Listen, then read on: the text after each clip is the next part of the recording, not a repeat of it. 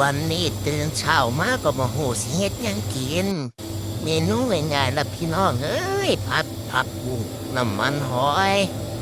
หั่นผักบุ้งปรุงตามใจชอบกระเทียมกับพริกสดนิดหน้อยน้ำมันห่อนๆแล้วจึงสิเท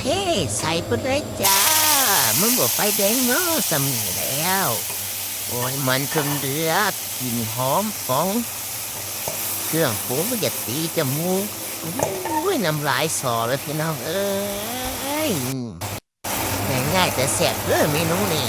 10 บาทครับลงทุนไปตลาดหัวเช้ากับข้าวสวย1 หม้อหน้าตาเป็นจังไดพอผ่านได้บ่รสชาตินี่สิเขามาเว้าถึงอยู่เนาะแล้วก็เทใส่จานจัดจาน